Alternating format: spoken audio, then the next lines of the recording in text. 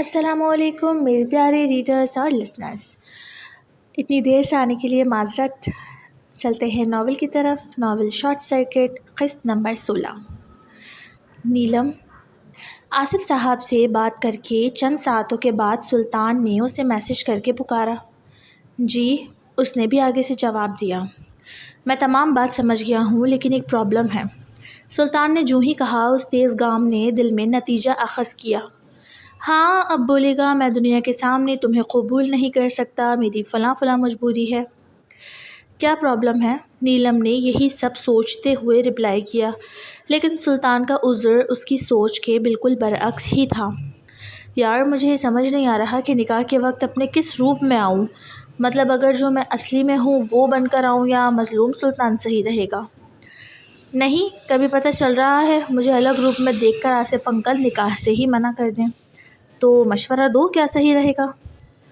کیا ہوگا اس کا اصل روپ؟ کہیں کوئی کرمنل تو نہیں ہے؟ نیلم نے اس کا وائس سنا تو وہ بھی سوچ میں مبتلا ہوئی۔ بات تو صحیح کہہ رہا تھا۔ جیسے وہ حیران ہو گئی تھی جب سلطان کی اصلیت کھلی تو اس کے والد بھی اسی طرح متفنر ہو سکتے تھے، جو کہ اس وقت اس کے خود کے لیے صحیح نہیں تھا۔ ان کا علاج ملتوی ہو سکتا تھا، اور نیلم، جو کہ ویسے بھی سلطان کے نکاح میں تھی، اسے بھی اپنے عمل کے لیے کسی کو جسٹیفیکیشن دینے کی ضرورت نہ پڑتی جب آصف صاحب خود اس کا نکاح کروا دیتے۔ نہیں، وہی پرانے والے روپ میں ٹھیک رہے گا۔ ابھی پاپا کو کچھ پتہ نہیں چلنا چاہیے، نہیں تو وہ پریشان ہو جائیں گے اور لندن جانے سے منع کر دیں گے۔ آپ ویسے ہی آئیے گا جیسے اسکول میں آتے تھے، وہ سوچ کر بولی۔ اوکے جانے من۔ سلطان کے ان الفاظوں سے نیلم شدید بیزار ہو گئی تھی، اور جو بے عزتی اس کی تھوڑی دیر پہلے باپ بھائی کے سامنے ہوئی، وہ تو بس وہی جانتی تھی۔ آپ سے گزارش ہے سلطان، اس قسم کے چھچھورے جملے اور الفاظ بولنے سے گریز کیا کریں۔ اس وقت فون اسپیکر پر تھا۔ پاپا، شان، مما سب نے سنی آپ کی وہ گستاخی۔ آئی ہوپ آپ مائنڈ نہیں کریں گے، نیلم نے بڑے سبھاؤ سے کہا۔ سامنے سے اس نے ہنسنے والے کئی ایموجی لکھے اور اوکے کہہ کر بات ختم کی۔ اگلے روز سلطان کو نکاح کے لیے آنا تھا۔ نیلم کو اس کی ماں اور خالہ نے مل کر تیار کیا۔ پنک فراک، جو کہ اس کی خالہ کی شادی میں لی گئی تھی، تقریباً 6 سال پرانی، وہی زیب تن کیے وہ نکاح کے لیے تیار تھی۔ بقول اس کی خالہ کے، نیلم کو تو قدرت نے تیار کر کے ہی بھیجا ہے۔ ہم کیا ہی کر لیں گے، تمہیں سرخی پاؤڈر کی ضرورت نہیں۔ نیلم ان کی بات پر ہلکا سا مسکرائی تھی۔ نیلی بادامی کٹ آنکھوں میں کاجل اور مسکارے نے ہی قہر برپا کر دیا تھا۔ گلابی خمدار ہونٹوں کے اوپر جگمگاتا تل۔ اس کی خالہ میک اپ کا سامان لے تو آئی تھی، لیکن مزید کسی چیز کی ضرورت نہ پڑی۔ آج اس نے ذرا گہری گلابی لپسٹک لگائی تھی، بالوں میں موتیا کے گجرے، چہرے کے دونوں اطراف جھولتی بھورے بالوں کی لٹیں، فیمیل کلون کی بھینی خوشبو، جھکی نظر، اور سر پر دوپٹہ۔ اپنی ماں کی سونے کی انتہائی نازک چین گلے میں پہنے وہ اس نئے سفر کے لیے تیار تھی۔ گھر میں کوئی شادیانہ نہ تھا، نہ ہی کوئی برقی قمقم، ڈھول تاشوں کی آواز، نہ ہی لوگوں کا ہجوم۔ خاموشی اور سکون تھا۔ مقررہ وقت پر نماز ظہر کے بعد دروازے پر دستک ہوئی۔ شان نے آ کر دروازہ کھولا۔ باہر ایک ٹیکسی کھڑی تھی۔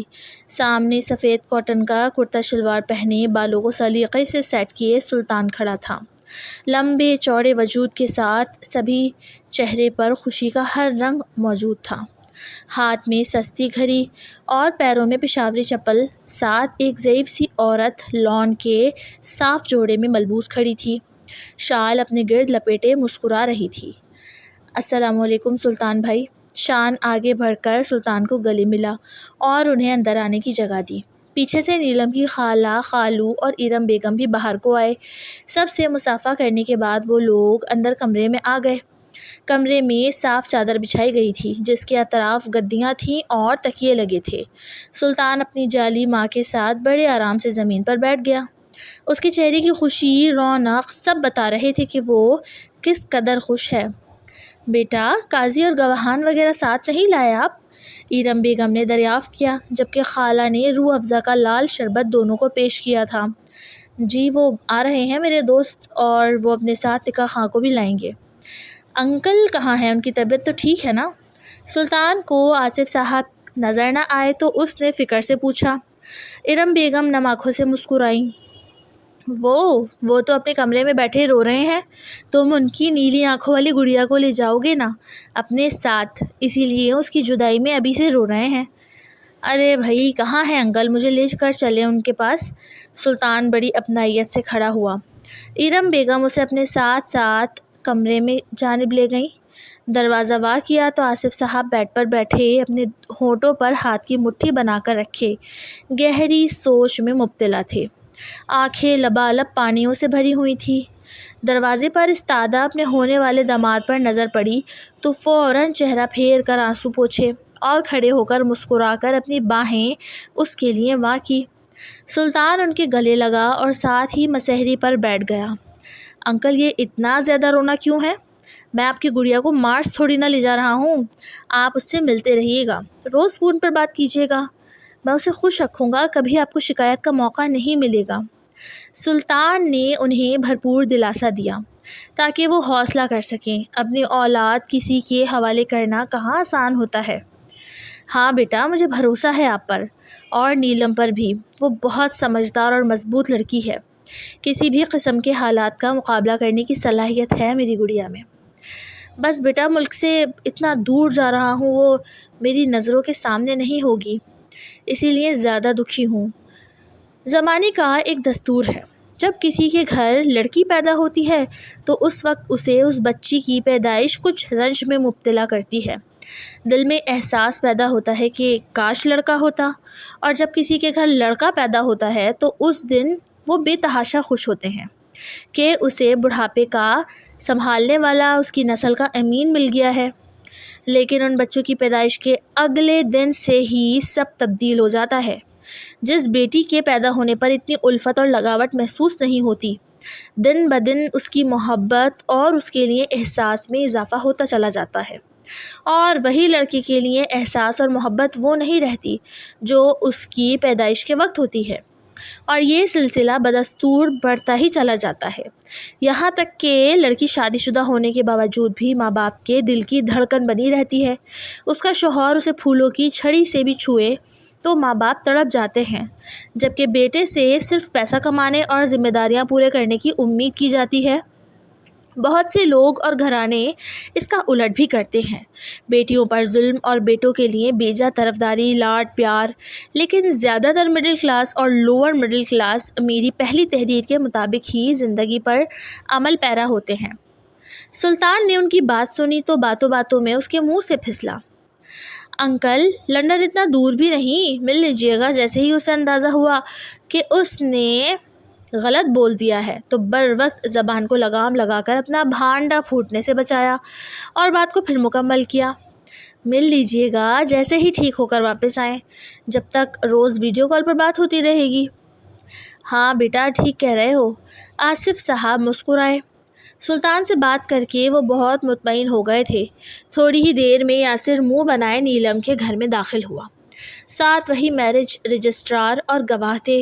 یاسر کا نیلم کی غربت اور بوسیدہ گھر دیکھ کر منہ بن رہا تھا، جبکہ سلطان کی نظر اس کے کمرے میں تھی جہاں اس کی منکوحہ چھپی بیٹھی تھی۔ تھوڑی دیر گزری تھی کہ اس ہال کمرے سے متصل دوسرے کمرے کا دروازہ کھلا اور نیلم اپنی خالہ اور والدہ کے درمیان لال اوڑھنی سے چہرے پر گھونگھٹ گرائے برآمد ہوئی۔ اس کا سراپا سلطان کی آنکھوں کو خیرہ کر رہا تھا۔ اس جالی کے گھونگھٹ سے اس کی جھکی نظر اور چہرے کا ہر عکس نظر آ رہا تھا۔ پھولوں کی خوشبو نے اس کے وجود کا احاطہ کیا ہوا تھا۔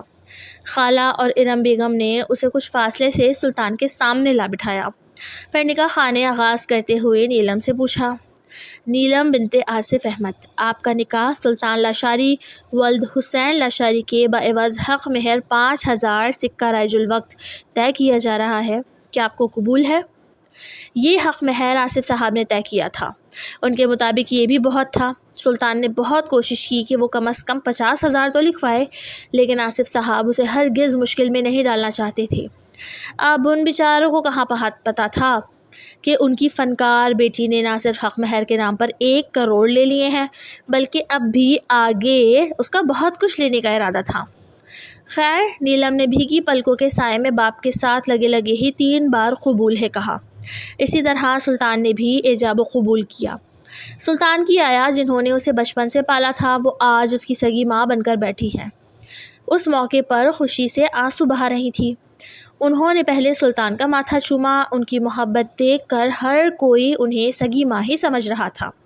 پھر انہوں نے گھونگھٹ میں چھپی نیلم کا ذرا سا پلو اٹھا کر ماشاءاللہ کہتے ہوئے اس کے ماتھے پر بھی بوسہ دیا اور اپنی انگلی میں پہنی ہوئی ایک سونے کی بڑی سی پرانی انگوٹھی اس کے ہاتھ میں پہنائی۔ ایرم بیگم یہ سب دیکھ کر بہت خوش ہو رہی تھی، کیونکہ ان کی دانست میں سلطان کی ماں نے بھی نیلم کو فراخ دلی سے قبول کر لیا تھا۔ وہ کہاں جانتے تھے کہ ابھی سلطان بھی اس بات سے ناواقف ہی ہے کہ اس کی اصل ماں کا کیا رد عمل ہوگا۔ سلطان بھی مستقبل کی فکر کیے بغیر بالکل بے فکر سا تھا، جیسے بلی کو دیکھ کر کبوتر آنکھیں بند کر لیتا ہے۔ سلطان نظر جھکائے بیٹھا مسکرائے ہی جا رہا تھا جب تھوڑی ہی دیر بعد خالہ نے نیلم کو اٹھایا اور بولا، چلو بیٹا کمرے میں۔ سلطان نے بے ساختہ انہیں دیکھا اور اس کے دل سے صدا بلند ہوئی، ارے کہاں لے کے جا رہی ہے میری دلہن؟ ابھی تو میں نے ٹھیک سے دیکھا بھی نہیں ہے۔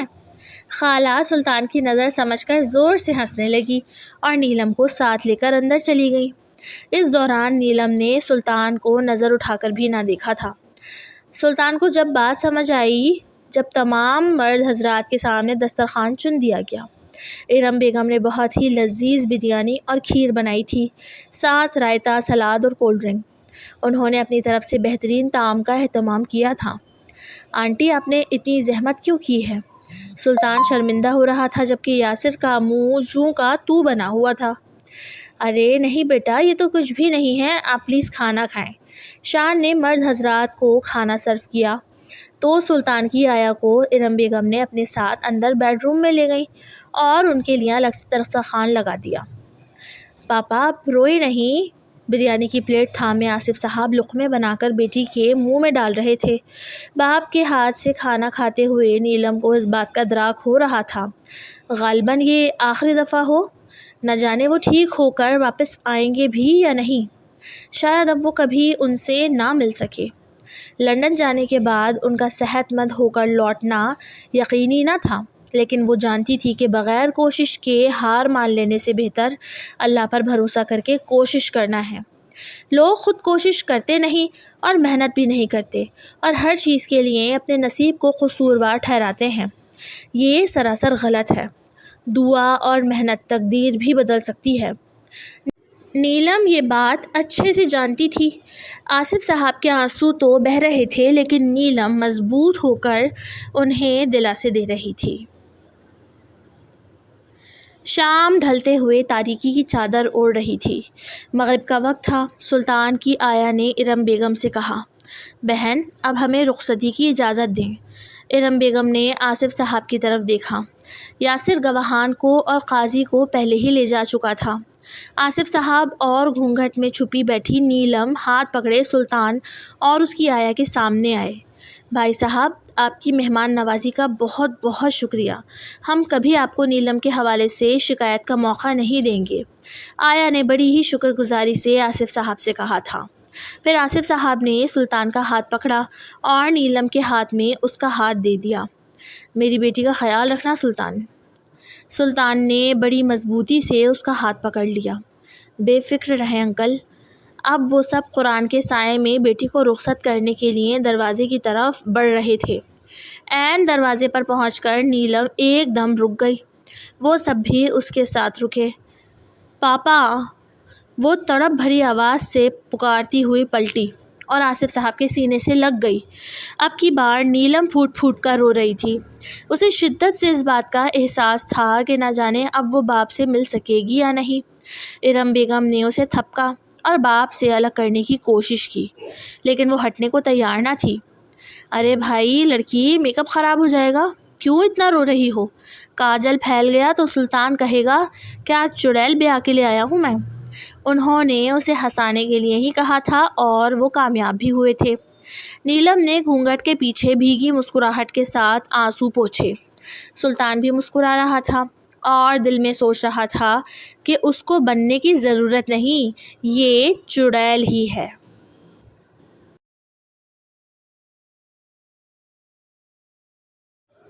نکلے تو وہ لوگ ٹیکسی میں تھے، لیکن تھوڑی ہی دور دو گاڑیاں کھڑی تھی۔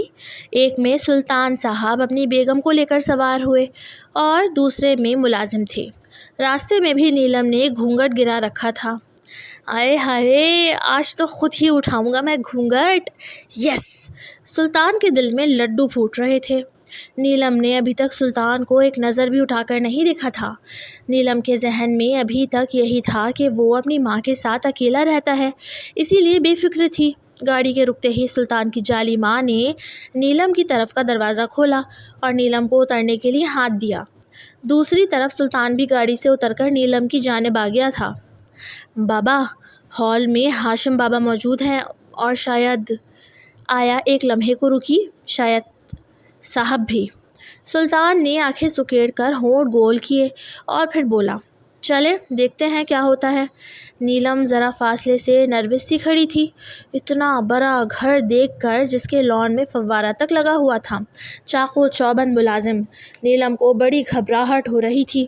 پھر سلطان نے اس کا ہاتھ پکڑا، بے ساختہ اس کا چھپا ہوا چہرہ اٹھا اور اس نے اس سرخ آنچل کے ہالے سے سلطان کو پہلی بار دیکھا۔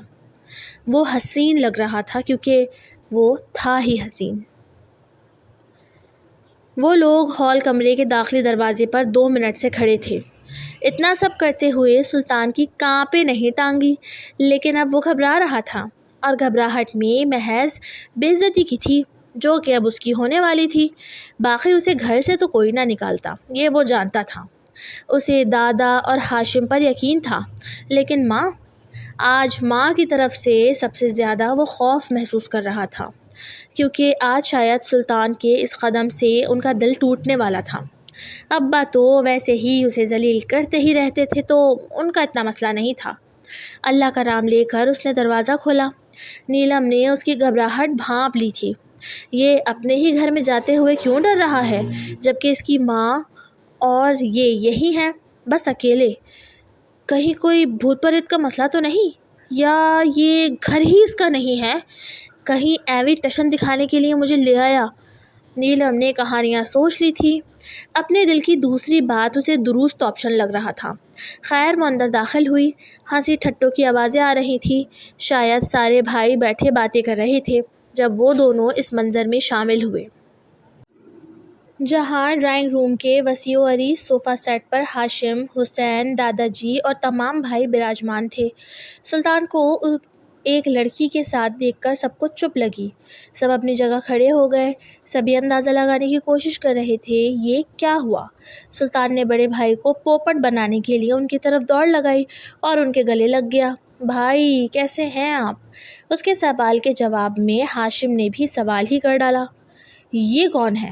اسے سلطان کے جواباً گلے نہیں لگایا تھا، وہ بس حق و دق نیلم کو دیکھ رہے تھے، جبکہ نیلم ایک ہی کمرے میں 7 مردوں علاوہ ملازمین کے دیکھ کر گھبرائی۔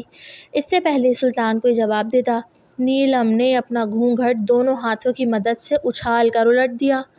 اب وہ اپنے حسین ترین سراپے کے ساتھ سب کے سامنے عیاں ہو گئی تھی۔ سلطان نے ہاتھوں کا مکہ بنا کر ہوا میں یوں لہرایا جیسے اس کی ٹرین چھوٹ گئی یا وہ بازی ہار گیا۔ 7 بالوں میں ہاتھ پھیر کر شٹ بھی بولا، کیونکہ جو کام وہ پہلی بار نہ کر سکے تھے اب دوسری بار بھی کرنے سے قاصر ہی رہے۔ اس بار بھی گھونگھٹ نیلم نے خود الٹ دیا۔ اس کا مبہوت کر دینے والا حسن دیکھ کر سب ششدر رہ گئے تھے، لیکن کیونکہ وہ دلہن بنی ہوئی تھی تو سب کو اندازہ کرنے میں چند لمحے ہی لگے کہ سلطان جی کیا کارنامہ کر آئے ہیں۔ اچھا تو یہ اس مشن پر گئے تھے تو مس کر دوں؟ حسین صاحب کے گرجدار آواز نے خاموشی کو چیرا۔ نیلم گھونگھٹ ڈالو واپس، سلطان نے اسے دبا دبا سا ڈانٹا۔ اس کا ارادہ تھا کہ نیلم کو اپنے کمرے میں بٹھا کر آ جائے گا کسی طرح، پھر لائن وائز سب سے ذلیل ہو کر کمرے میں یوں جائے گا جیسے کچھ ہوا ہی نہ ہو۔ دھیرے دھیرے صحیح، سبھی اس کی بیوی کو قبول کر ہی لیں گے۔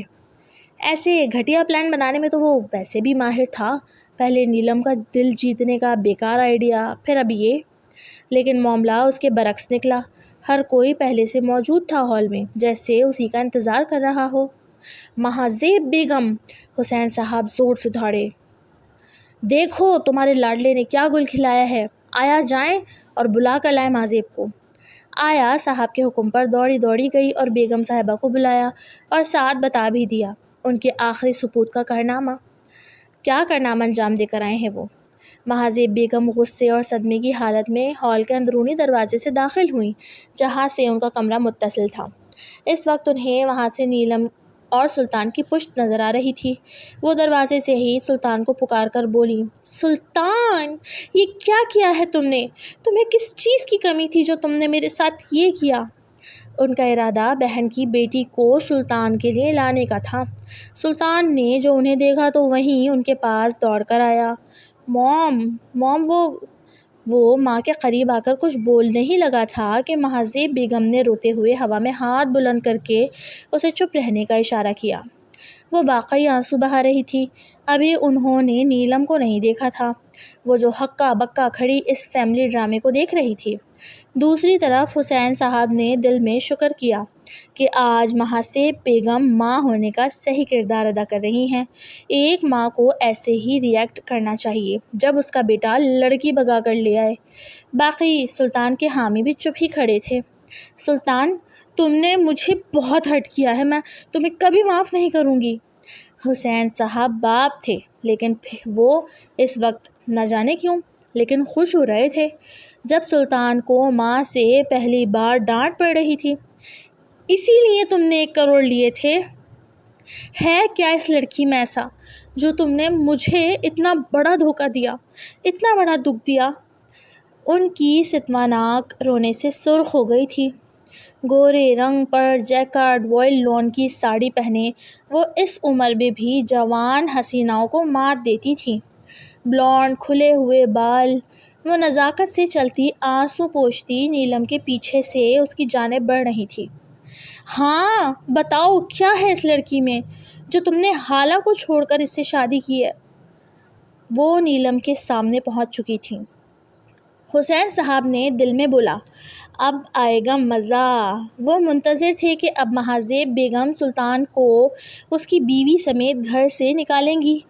بولو سلطان، کیا ہے اس لڑکی میں؟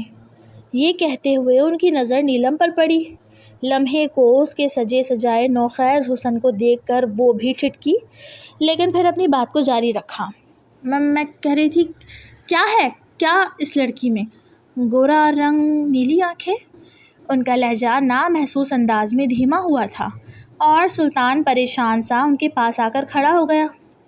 بولو سلطان، کس چیز سے متاثر ہوئے تم؟ گلابی دودھیا رنگ، نیلی آنکھیں؟ اب کہ وہ نیلم کو بڑی غور سے دیکھ رہی تھی اور ٹھہر ٹھہر کر ایک ایک چیز بول رہی تھی۔ ستواناک، گھنی پلکیں، خوبصورت نین نقش۔ وہ ایک عورت ہو کر بھی مبہوت رہ گئی تھی۔ اسی اثنا میں نیلم نے اپنے دونوں ہونٹ باہم پیوست کیے اور اس کے ڈمپل بھی نمایاں ہو گئے۔ ماشاء اللہ، ڈمپل بھی پڑتے ہیں، ان کے منہ سے نکلا۔ دھیرے دھیرے مہاجیب بیگم کا لہجہ بالکل نارمل ہو گیا تھا۔ حسین صاحب جس میلو ڈرامے کے منتظر تھے وہ انہیں فلاپ ہوتا نظر آیا۔ باقی سب بھی ہونکوں کی طرح مہاجیب بیگم کے بدلتے تاثرات دیکھ رہے تھے۔ نام کیا ہے تمہارا لڑکی؟ انہوں نے اپنے آنسو جھٹ سے پوچھے۔ نیلم، وہ بولی۔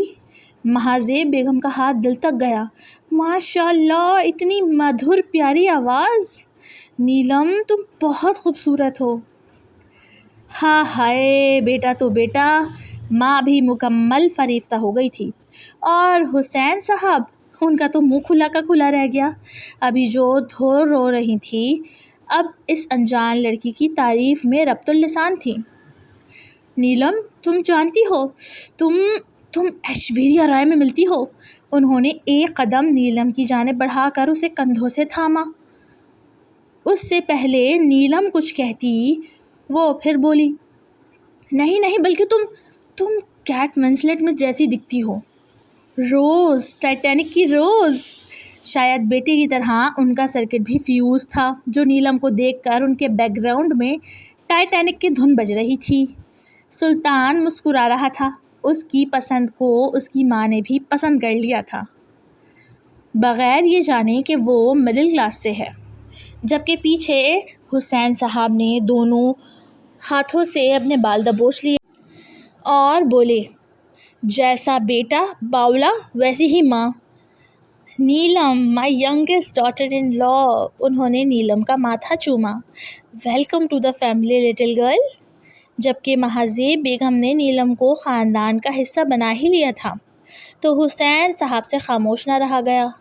مہذیب یہ لڑکی شاید آپ کے سرکل میں موو نہیں کر پائے گی جو بول رہی ہیں ویلکم ٹو دا فیملی. ان کا مطلب یہ تھا کہ وہ شاید مڈل کلاس سے ہے. یہی آخری حربہ تھا مہذیب کو غصہ دلانے کا کیونکہ وہ بڑی کلاس کانشیس تھی. کوئی بات نہیں حسین، مڈل کلاس سے بھی ہے تو کیا ہوا، اب ہمارے گھر کا حصہ ہے. میں سکھا دوں گی اسے یہاں موو کرنا، ہے نا سویٹی؟